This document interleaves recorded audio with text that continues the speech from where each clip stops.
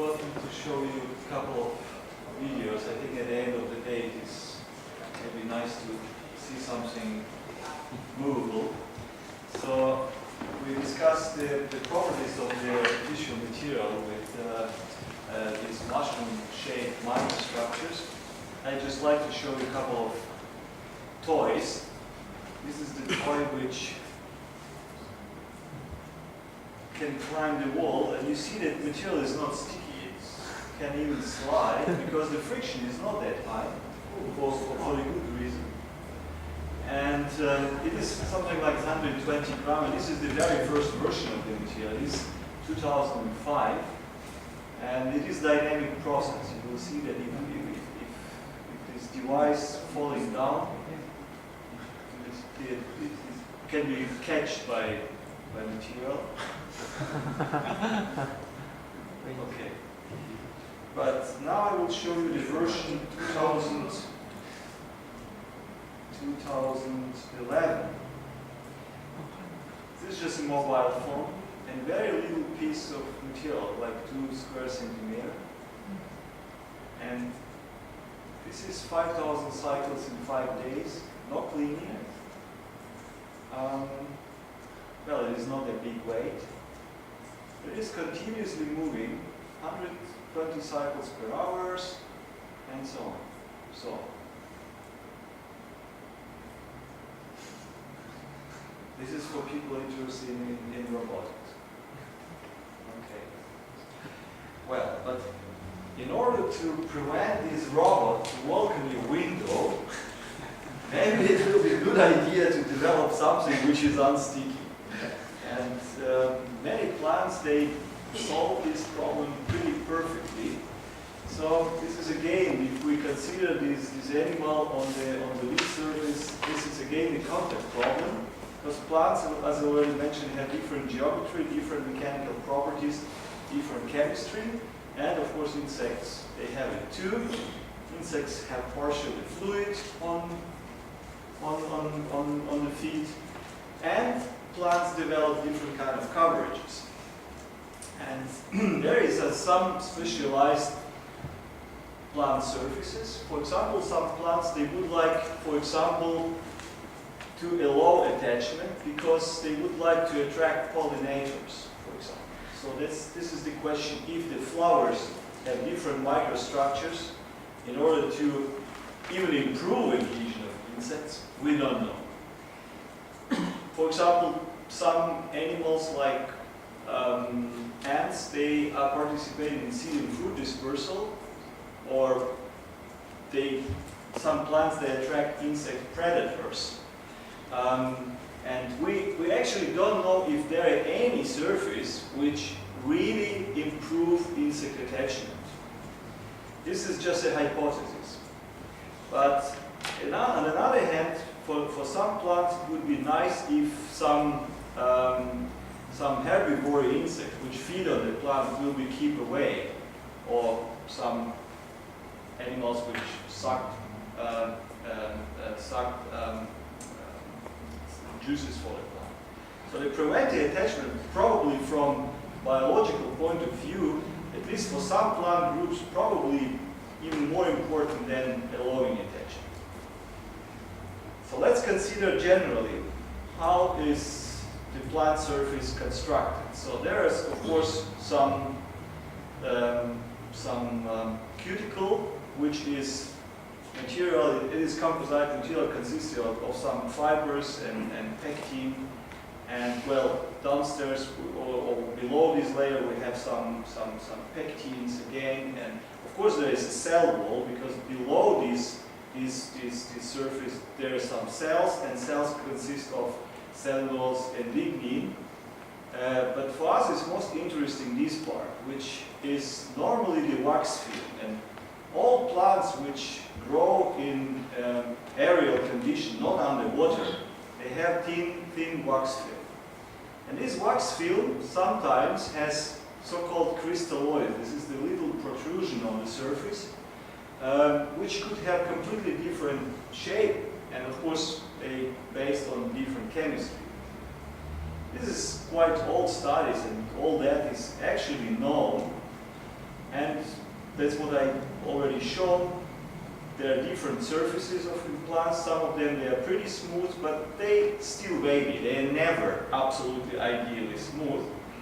And some of them are structured. There are two types of structure. They are more or less macroscopic or microscopic structures called trichomes. This is little hairs, but sometimes they have such a strange shapes that you wouldn't call them hairs. They could be scale-like, and they could look like little glands and so on. But still, there's a term called trichomes. They could be dry in shape of hairs. They could be felt-like. If the aspect ratio is very high, at a certain point they start to collapse and build sort of coverage on the surface.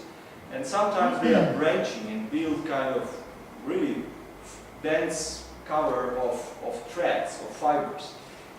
And some of them, they are even moist. They produce some little fluid droplets. I already showed in the very first lecture these fluid droplets which can capture insects. And their surface is covered by such crystalline waxes. And again, there is a possibility to combine the waxes with all these surfaces. So this structure could be pretty much complex. So which kind of surfaces we consider as smooth? Well, we consider surfaces smooth on the length scale of, let's say, 50, maybe 100 microns. Every structure we see at this length scale, we will still consider as smooth. This is waviness. This is kind of hairy structure, so they could be pretty, well, thick and large. Could be thin and long. There are some plants, they have several types. But if you look below this structure, the basic surface consists of this kind of cell-like structure, which is still called, according to our definition, smooth. So, but some plants containing this wax coverage, you can pretty easily recognize those plants because they have this whitish appearance. So, for example, some fruits, grapes, they have, or cabbage, they have this whitish appearance, and if you go with your finger over the surface, you can wipe it. And this is exactly these wax crystalloids on the surface. And this is real nanotechnology. So again, there are some older studies showing that there is a very huge diversity of such wax crystalloids, and there is even a complex classification of these different shapes. And of course, shape is very much based on the chemistry, because it is kind of self-organization. Actually, we don't see any pores on the plant surface. This is the long question and still not resolved. How these crystals appear on the plant surface? There is no pores in this sense. So the current idea is that these waxes are somehow dissolved in water and just penetrate through the diffusion process through this semi-permeable membrane, and then due to self-organization process will build crystal depending on the chemical composition. And some groups, they try to do that, and pretty successfully. They just try to make these kind of colloids and let them penetrate through the semi-permeable membrane, and they could create, for example, dissolve such a plate-like structures from plants and then let go through this process. But one important condition is that it should happen in 100% water vapor, because on the plant surface, close to the plant surface, there is 100% humidity. So if you have a dry conditions, it doesn't work somehow, or there's some failure in building of these crystals. So it should be pretty humid atmosphere, and then you can actually recrystallize these waxes on the surface. So this is actually also a very interesting idea for nanotechnology. You can use these waxes as a kind of patterning, and then, for example, rebuild them in order to make even large surfaces covered by such nanostructures. So what is the function? Why do plants have this coverage? Because if you go through the meadows here in the park, you will find definitely maybe a couple of dozen of plants having that. So it is nothing very special. It is not just lotus effect. Many plants have it, but not all these crystals have the same function. And even in most plants, this function is even not known. It's not studied. Well, physiological significance. What I mean under physiological significance is maybe that plants try to abandon some substances which they don't need in some chemical processes. We don't know. Maybe this is the case. For example, the most important function is the interaction between the plant and the environment. And for example, maybe some of them contribute to mechanical stability of the surface. If some of them they are really mechanically stable, you can even feel it. If you try to break, for example, some sugarcane waxes are extremely stable mechanically.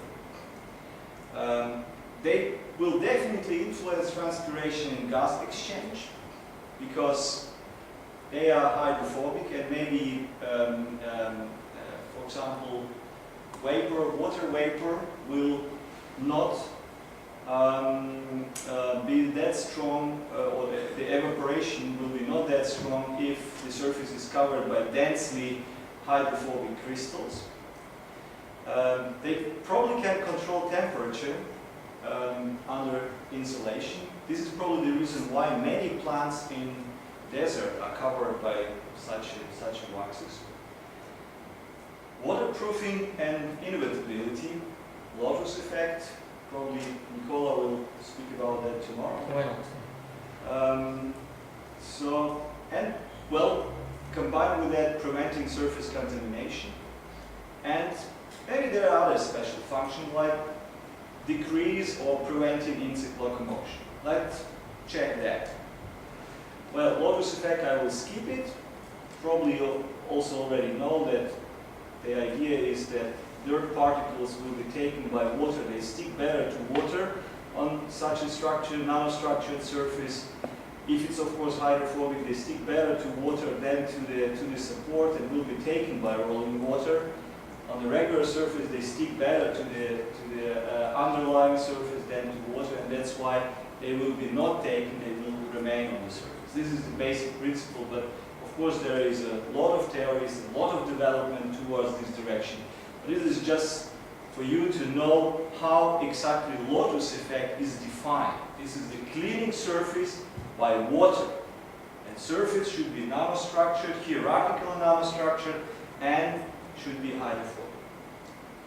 Okay, so, felt-like trichomes. This is the shape. This is the wrong place for this slide. This is just to let you know that there are some trichomes with a complex architecture. So, okay. How does wax crystalloid look like in the SEM? As already mentioned, the shape could be very different. So there's tubular structures, thin tubules, a little bit thicker and longer tubules. There's even some ribbons of wax. This is probably one of the most complex structures. By the way, this is just normal cabbage you're eating every day. And this is real nanotechnology. This is 2 microns.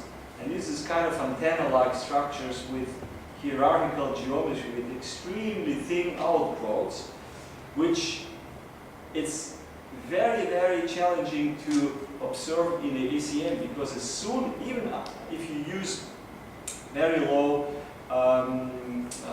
voltage, accelerating voltage, even if you work at 1 kV, you will immediately melt structures. So the only way to do these pictures, you have to freeze them, and in frozen condition you can get pretty good pictures. But it is not good one. There are some platelets which can have different arrangements, sometimes random arrangement, sometimes they arrange it in rows. So in any case, you have to look at the dimension. All of them, they are lower in their size than 1 micron. And the smallest dimension of these crystals is normally in the range of 40 to maybe 60 nanometers. So they are really, really small. So one more remark about the trichomes. I forgot to say that some trichomes, they contain glands. For example, this is just normal tomato plant. You probably realize if you go over a tomato plant many times, you feel it a little bit sticky. Because you will destroy this trichome and then discharge, again, two-component glue, which is solidified very fast. So two of these cells generate one type of the fluid, and another one generate kind of hardener. So this is kind of, if you want, epoxy-like resin, which will be generated in order to, for example, also keep some insects away, because as soon as the insect move here, the feet will be so strongly contaminated that they will be disabled for hours.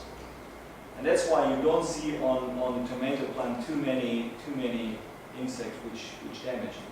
So there are only some animals which really stay in place, which don't move that much. For example, some aphids, aphids, really little creatures. They don't move that much. They stay in place and suck out. So that's why they are not really endangered on that plant. But all other animals which have to move in order to feed, they will get their leg contaminated. Well, there are even more plants with such glandular trichomes.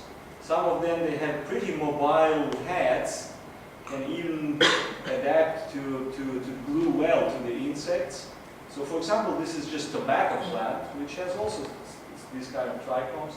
This is the Drosera. This is the plant I showed before yesterday, trapping insects. And well, that's it. Okay. So what we did as a first screening in 2002, we just taken all these plants, occasionally 99, I don't know why, not 100, and just let this animal walk on all these plants, and we just measured, we didn't measure the forces, we just made so-called inversion experiment. We just look if they stay on the surface or not. Very simple experiment. You can do it in the field or in the vacation if you're bored. Okay, we realized that such a moist and hairy trichomes, they will contaminate feet and prevent adhesion, and also on all surfaces covered by crystalline waxes, all these animals cannot stay. The force is extremely reduced on such crystalline wax surfaces. One could say this is probably the lotus effect.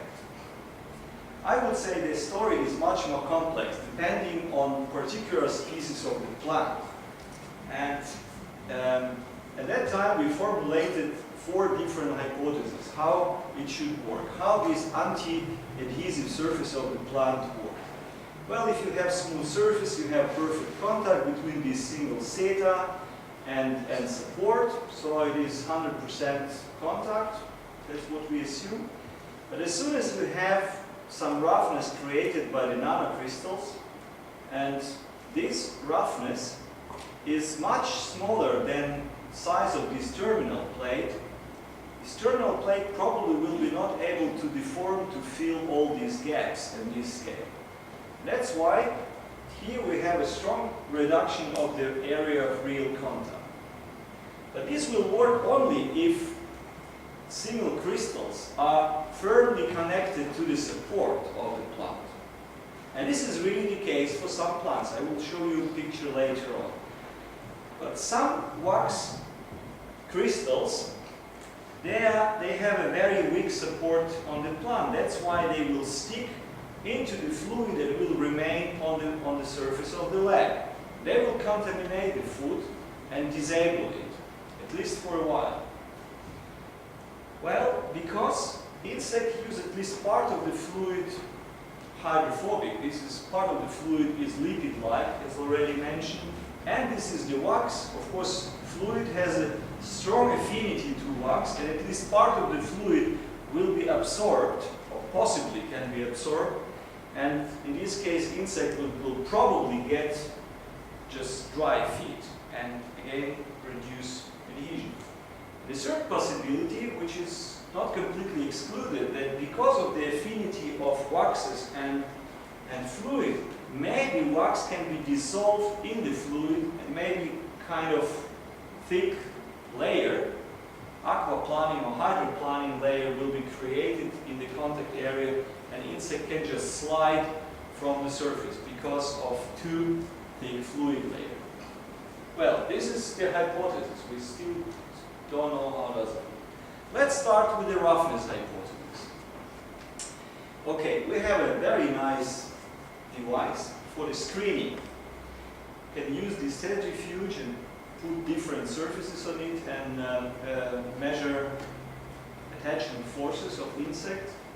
The interesting development here is that we don't have to video record these measurements because we have the light sensor here, which or fiber optical sensor, which give us the information about the position of the insect on the drum. So after every single rotation, we will get exact rotation radius of the insect, and by knowing that we can calculate actually online, because the mass of course will be immediately measured by the microbalances, and knowing the mass of the animal and the rotational radius, and of course rotational speed, and rotational speed is given by the computer, so we know at every single rotation all parameters, and we can calculate immediately online the force. So we can measure 100 insects in one day, so we don't have to process to use some complex data processing. And this is the experiment which was for us at that time very surprising, because we use different roughnesses which have been created by different particle diameters. So starting here from 0.3, 1, 3, 9, and 12. And the result, well, and of course, we use flat surface. And we didn't use the original surfaces, but we used the mold of the surfaces in order to have the same chemistry. Because you never know if all these particles made of the same stuff. So that's why we always use the mold. So that's why the chemistry of the surface was exactly the same. The only difference was the roughness. And the result was that the animals on the flat surface and on rough surface, starting from 3 micron, perform very well. They have only trouble at 0.3 and 1. It's pretty strange. But our explanation is that the size of the contact elements in this beetle is in the range of 3 to maybe maximal 8 microns. So both these two roughnesses are below the size, critical size of the single island, single contact islands. So that means that these roughnesses above 3 microns, they actually look for these terminal elements as a flat surface, because these terminal elements will find flat islands on these kind of surfaces, but they will be probably not able to adapt to these surfaces. And here, of course, we have a perfect contact. So that's why, well, and what is important is that the size of the wax crystals in plants is exactly in this range. At least for most of the plants, it's like 0.5 to 1 micron. Well, we were interested, of course, to repeat these measurements for different animals, and well, this is actually the explanation. So, if you have the spatula on the flat surface will build perfect contact. If the roughness is low, probably the spatula will not able to perfectly adapt to the surface profile. And if the roughness is larger, again, the spatula can adapt to the surface profile. So there should be the critical roughness. And if you repeat this experiment, of course we did it with different techniques because we cannot rotate the geckos on the centrifuge. And also big spiders would be also not possible. So that's why for the gecko we work with a single zeta and atomic force microscopy. For these animals we also use different methods. We use the measurement of the traction force, and these two animals were measured on the centrifuge. But here we speak about the relative attachment force. What does it mean? It means that we consider this relative force to the performance on 0.3 asperity size. That means that the best performance we see in the gecko. So gecko has the lowest force reduction on 0.3. Spider has force reduction, but it is stronger than in the gecko, and this is stronger in the fly and even stronger in the beetle. And if you consider the spatula dimension, approximate average spatula dimension, these animals, they have larger spatula, these animals have smaller spatula. That's why we think that the size of the spatula is a very critical issue for good adaptation to the roughness. The smaller are the spatula, the higher is the density, the better is the adaptation for fine surface roughness. And by the way, geckos, they perform almost on any roughness pretty well. These animals, they have a very broad range of roughnesses where they fail.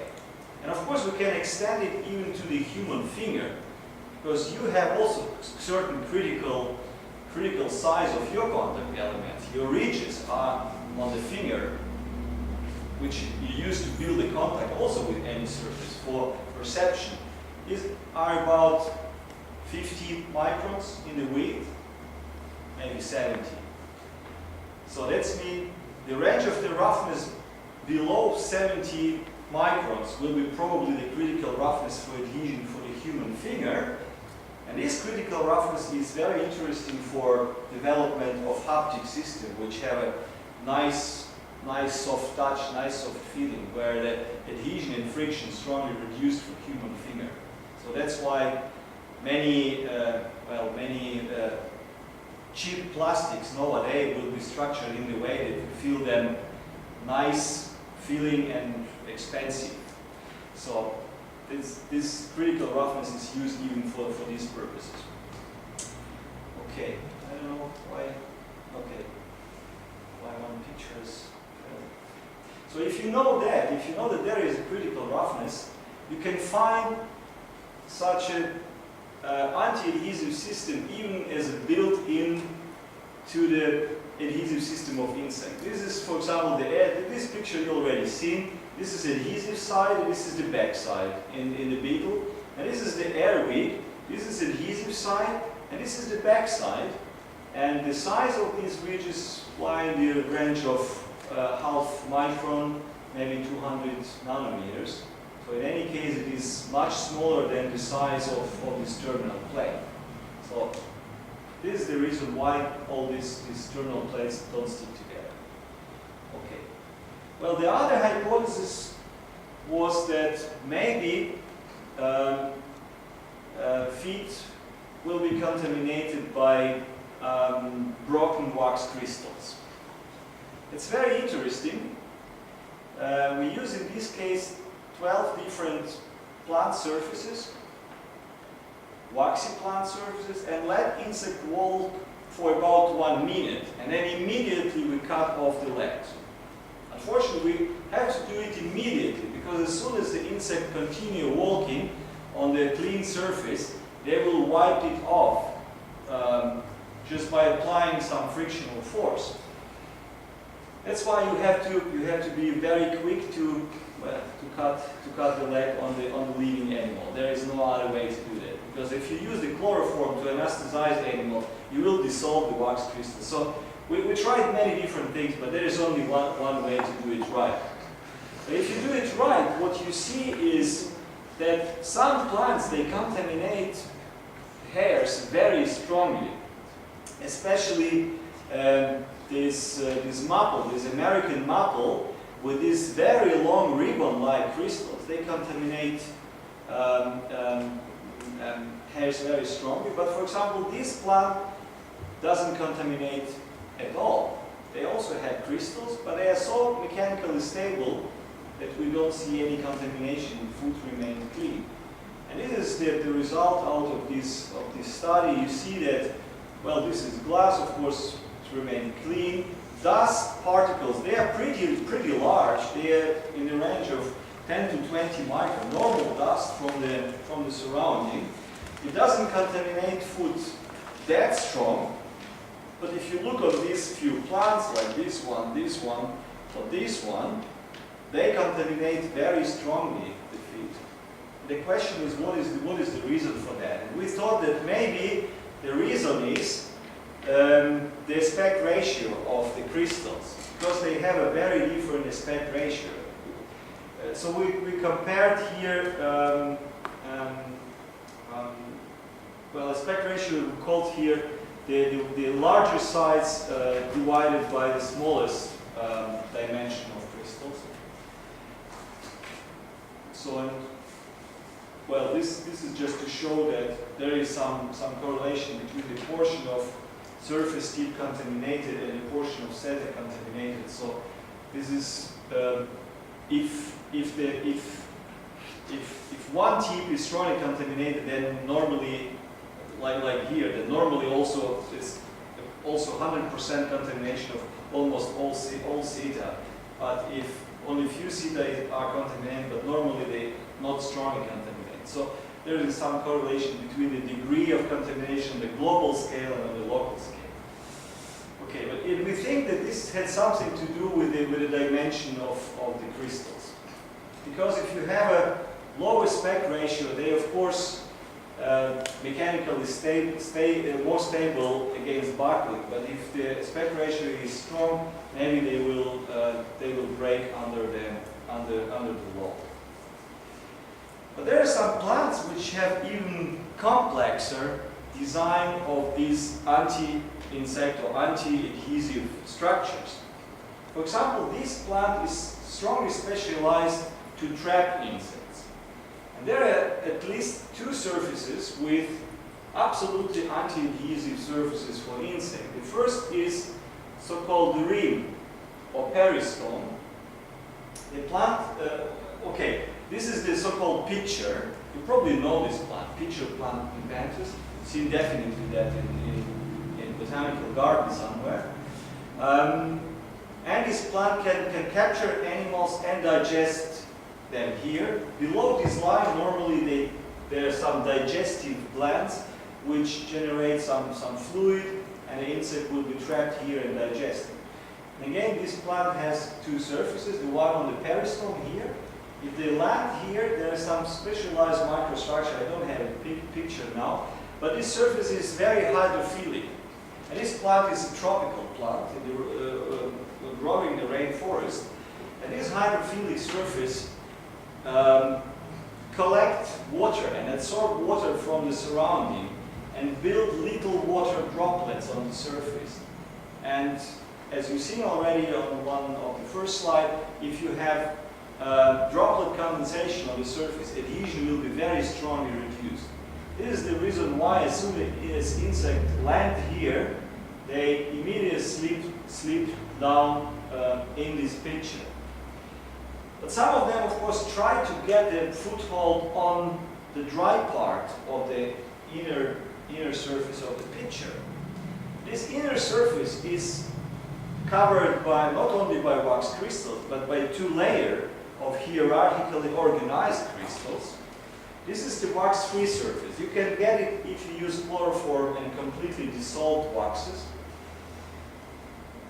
On the top of this surface there is a so-called lower wax layer. This is kind of foam-like wax with very sharp pointed well, tips. And on these tips there is next wax layer which connected with this foam-like part only with very, very narrow plaques. So you can easily imagine that as soon as the insects step on this surface, this neck will be broken and the crystal will contaminate the feet. So if you let some animal walk on these three different kind of surfaces, well, how this surface was created, it's pretty easy. We just use some dental wax in order to peel off this upper layer. So this is the intact surface. It looks like that. If you use some special materials in order to peel it off, you will get that. But if you use the chemical processes, you can dissolve this part and get this kind of surface. So we use all these three surfaces and let insect walk on them. And this is the result of the scanning electron microscopy. So you see that if they walk on this surface, feet are strongly contaminated, and on this surface, feet are not contaminated, and on this, of course, not. So, and if you measure forces on these three surfaces, on the glass you will get certain amount. This is the traction experiment. This is a different kind of experiment, because the reason is that because this picture is a little bit curved, we cannot use our centrifuge to put this curved surface well on the flat surface of the centrifuge, because the sensor, our fiber optical sensor, will not work in this case. So that's why we decided for different kind of study. So we use the force sensor and bind the animal with little hairs and let it walk on these plant surfaces and measure what we call traction force over time. And then we measured 5 largest peaks out of one run. So the result that you see here, glass, they generate pretty strong force on glass because they have adhesion organs. If we test plant surface without wax, the force is even stronger because the plant surface is quite corrugated. They can use their claws in order to interlock. But if you take original surface with upper wax layer or surface with only lower wax layer, in both cases the force is strongly reduced. So we don't know what is the reason to have additional wax layer. Actually, this wax layer works perfectly. It's already absolutely anti-adhesive, but with the upper wax layer, feet will be contaminated and adhesion is also reduced.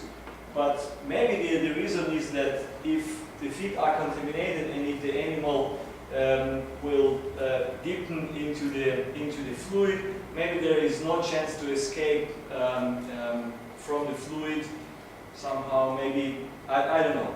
I don't have really a good explanation why there are 2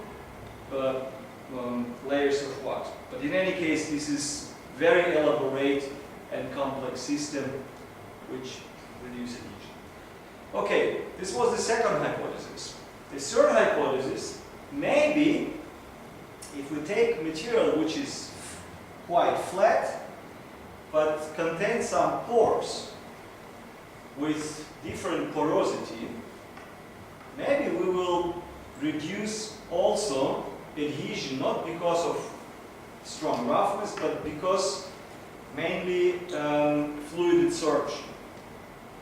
And you see the result here. Of course, we cannot completely divide, we cannot do experiment in which we use material which absorbs in this kind of fluid and which is not porous. We have to use certain kind of pores, but the material is flat. There is actually no, this is not a random roughness in any case. So the result is that on the flat surface they perform well, and on surfaces with different porosity they perform, you see it's 1 order of magnitude, adhesion will be reduced. And again, the interesting part, you already know why. Female, they perform somewhat better than the males, and the reason for that is this special kind of seta in males, which are more adapted to the flat surface, but they fail on the rough surface. That's why male perform even worse on porous surfaces compared to the female. So maybe this is the contribution of roughness. So in any case, here we have probably two different effects: fluid absorption, because these pores they are very long. The aspect ratio is maybe 200, maybe even higher. So they are small, very thin, and very long. So the fluid will be immediately absorbed. Okay. In any case,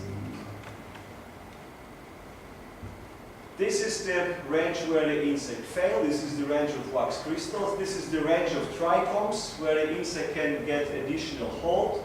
And this is the smooth range where they perform quite well. So in any case, this is the anti-adhesive surface for the animals. Okay, maybe a couple of interesting facts about such trichomes. They have different function. They can prevent evaporation if they densely cover a surface. They can prevent wettability when they densely cover a surface. They can improve the plant climbing animals. They can decrease wing velocity, enhance attachment ability, chemical defense, because they glandular, they produce also some poisonous materials, mechanical defense, and maybe trapping of insects. And I will show you a couple of pictures about the trapping with very different plant, not the plant we discussed in the first lecture. There is another plant which also has such tentacles and which can trap animals. This is Roritula gorgonians from South Africa. Very specialized plant. You see how many insects, and actually the natives, they use it because this kind of material will stay actually forever sticky, because it's kind of terpenes. It's similar to resins of pines, and the natives use it as a real fly trap in the houses. And this is the cryo-SEM picture of such a glandular trichome, and you see here this fluid exposed. And if you dissolve the fluid in different solvents, you see that the fluid has a complex structure. It consists of some fibers and some filler. So the fibers probably have the function to hold a bigger amount of fluid stable. So, and probably also help during the entanglement on the animal surface. Okay, in any case, this is the multi-component substance of various lipids and terpenes, but the complete composition is even not known. If you look at the picture of the trichome, you see that there is not just one trichome, but at least two, or maybe many types of them. And if you, well, we arbitrarily divided them in short, middle, and long, according to some geometrical properties. And if you look on the distribution on the leaf, you see that these long trichomes, they are normally located at the border, at the borderline of the edge of the leaf. And the short, they're located everywhere, and also the middle, they're located also mostly on the edge. And of course, the stiffness, because of the aspect ratio, is very different. The long trichomes, they have a low bending stiffness, and the short, they have higher bending stiffness. But the interesting part was if you measure the adhesive force of the glue located on different trichomes. The short trichomes, they have also the strongest glue, and the longer trichomes, they have the weakest glue. And initially we thought that this is maybe the combination of spring constant and because they have also a little bit, well, their heads are not really different, but this combination of spring constant and adhesion maybe will give this difference. But this is not the case. Even if you harvest the glue and measure the properties of the glue in such experiments between two thin plates, you see that the short trichomes, they have stronger glue than the longer one. Because probably they have very different function. Well, we can speak about kind of hierarchical organization here too. The entire plant will of course attract animals, and this capturing process has 3 different levels. Probably the longest trichomes with weakest glue just entangle the animal. These ones slow down, and these will really immobilize because they have strongest glue, but probably most viscose glue, and this kind of glue is less viscose. So there is 3 different, mechanically different types of trichomes which are tuned by different adhesive properties of the glue.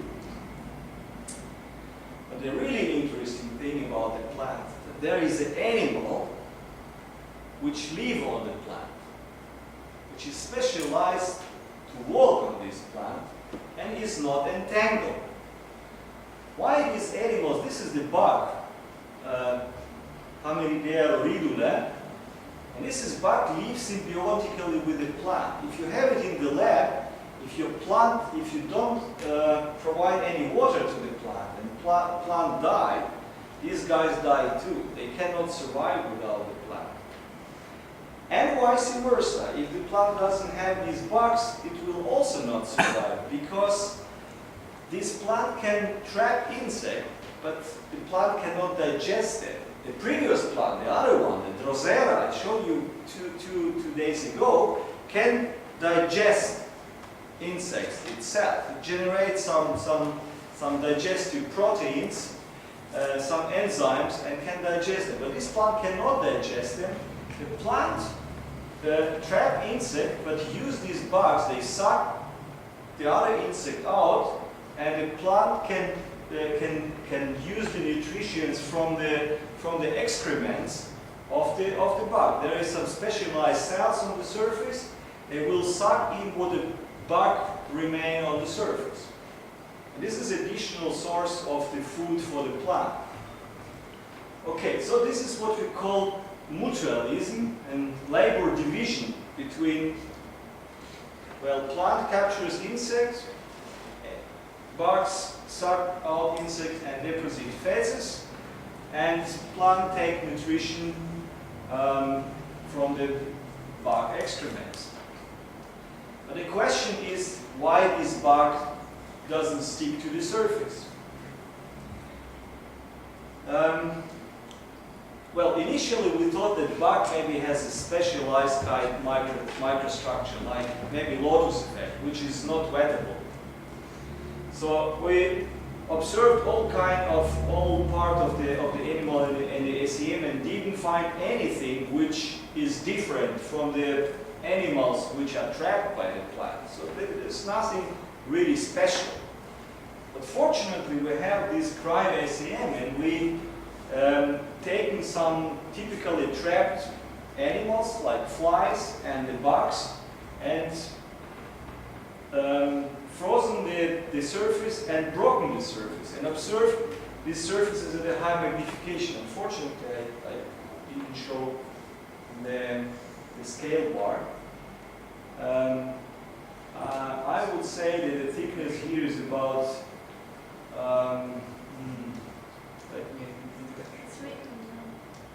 it's written?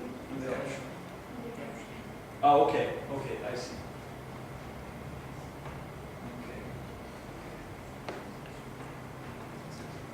Okay, 20 nanometers, right.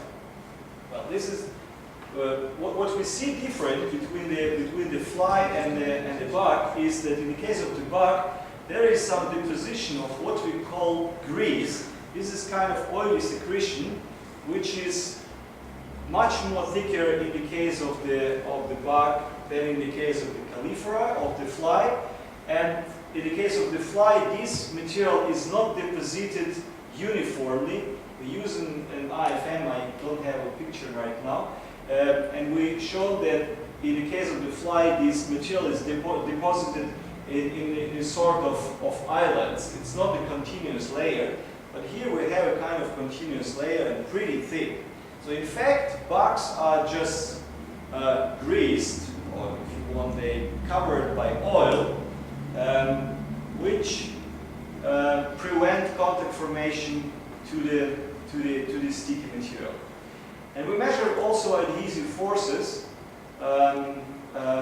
between the single trichomes with the glue on glass on the bug in the range of the abdomen here, and on the fly. And you see that on the bug the adhesion was the lowest one, on the fly the adhesion was the highest one.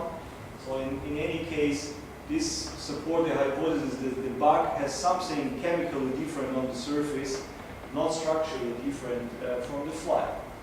Well, this is the hypothesis that in the case of the fly, adhesive fluid can still get